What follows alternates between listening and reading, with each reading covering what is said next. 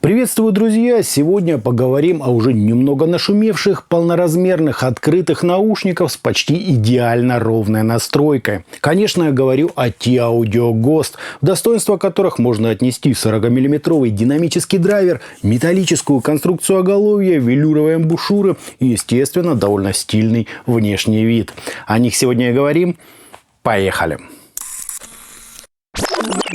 Пришли наушники в средней по размерам коробки с изображением модели и списком ее технических характеристик, где стоит отметить открытую конструкцию, 40-мм динамик с сопротивлением в 60 Ом и чувствительностью 91 дБ. То есть усилитель к ним понадобится довольно-таки мощный. Внутри находим неплохую сумочку для переноса, инструкцию, переходник на 6,35 мм и непосредственно сами наушники. Кабель здесь съемный, на вид простейшая лапша с сопротивлением на каждый из жил равным 0,225 Ома и соединением на классических коннекторах 3,5 мм. То есть мы получаем 3,5 мм джек на каждой из сторон. В плюсы кабеля отнесу то, что он почти не путается, а в минусы выглядит очень уж бюджетно. Сами же наушники имеют открытую полноразмерную конструкцию с 40-мм динамическим излучателем. На голове они сидят удобно, ничего никуда не тянет, однако после пары часов игры вынужден констатировать факт, что они давят. При этом запотевания и в помине нет, по весу же это примерно 270 грамм, то есть на шею нагрузки они давать не будут. Оголовье тут цельное, с мягкой подложкой из поролона, а регулировка происходит без привычных многим щелчков. Рама – это, конечно же, металл, как и внешняя часть чашечек, а амбушюры сделаны из велюра. В плюсы еще отнесу специальные подушечки, препятствующие удару чашечек о раму. Прием, конечно, копеечный, однако нет ни скрипа, ни стука, то есть в этом плане все очень продумано. Не понравилось же мне наличие лишь одной степени свободы. Наклонить их можно только по горизонтали, и то градусов где-то на 17. Ну а снизу на каждой из чашечек находится 3,5 мм вход для подключения кабеля. Вот так вот, друзья, все это и выглядит.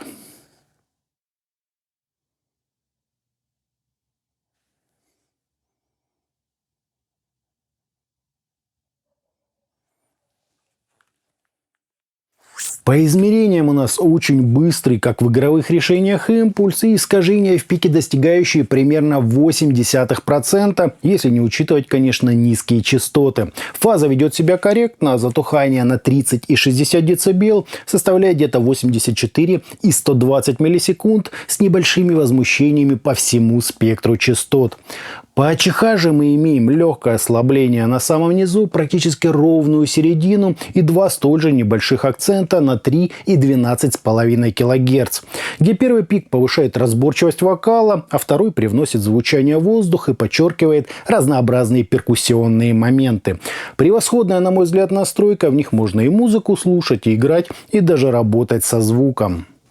По звучанию же T-Audio Ghost мне показались очень ровными, нейтральными, с достаточным количеством воздуха на верхах и слегка задвинутой выразительностью. То есть все в принципе нормально, но они не зажигают и не трогают, так сказать, эмоционально.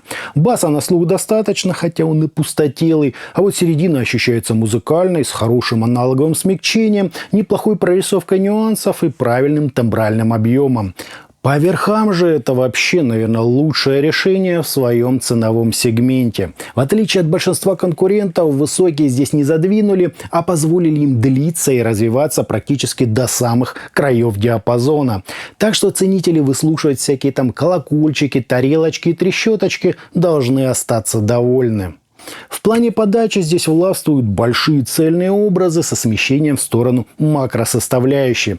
Впрочем, и к детализации, как я уже сказал, никаких вопросов нет. А вот что мне совсем не понравилось, так это малая ширина виртуальной сцены, из-за чего серединка кажется зажатой и немного душной. Инструменты, хотя и не наползают друг на друга, но создается впечатление, что музыканты стали чуть ли не плечом к плечу. Похвалить же могу за прекрасное восприятие ощущение глубины в оркестровой музыке, хотя тоже не без ощущения тесноты. Есть в том, конечно, свой плюс, у звука появляется насыщенность, чувствуется, так сказать, мяско, однако в совокупности с весьма разряженным басом и просто превосходными верхами мы лишаемся той самой однородности в подаче. Для бюджетного сегмента все это, конечно, нормально, но если сильно придираться, есть к чему. По верхам, еще раз напомню, ничего лучше, даже в 2 раза дороже, я еще не слышал. При этом нигде ничего не выпирает, нет свиста, звона или других артефактов, да и бас не топит все в собственных вибрациях. То есть наушники очевидно настраивали, где выбрали эдакую золотую середину. В прямом сравнении с Harmonic Dynafino последние кажутся заметно более разряженными, точными, эмоциональными и во всех смыслах эффектными.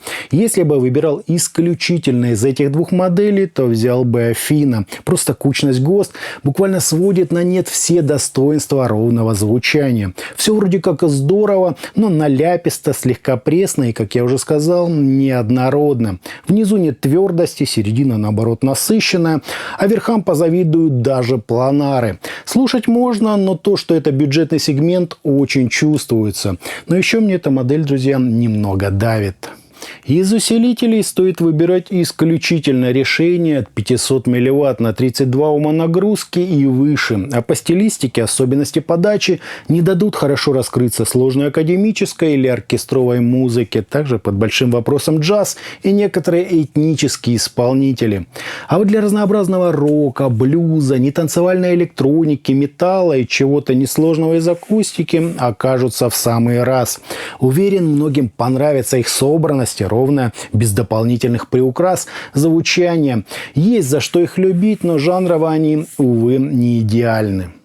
Итогом полноразмерные динамические наушники T-Audio Ghost достаточно прилично выглядят, имеют открытую конструкцию, хороший прижим к голове, уши внутри практически не потеют, да и сборка тут на самом высоком уровне.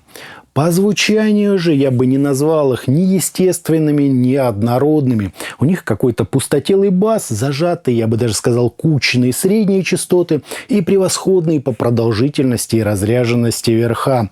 При этом, конечно, весьма неплохая прорисовка, собранность и слегка притушенная такая эмоциональность, хотя последняя напрямую следует из ровной настройки. Зато в них можно и слушать музыку, и играть, и даже создавать собственные музыкальные произведения. Мощности они требуют много, окружающим все слышно, но в остальном, как для наушников за $150, получилось прямо сверхдостойно. Для джаза или академической музыки, наверное, нет, а вот для всего агрессивного и тяжелого вполне приличное решение. А на этом у меня все. Это были наушники T-Audio Ghost. Всем добра, подписывайтесь, ставьте лайки и присоединяйтесь ко мне во ВКонтакте и Телеграме. Всем, друзья, добра!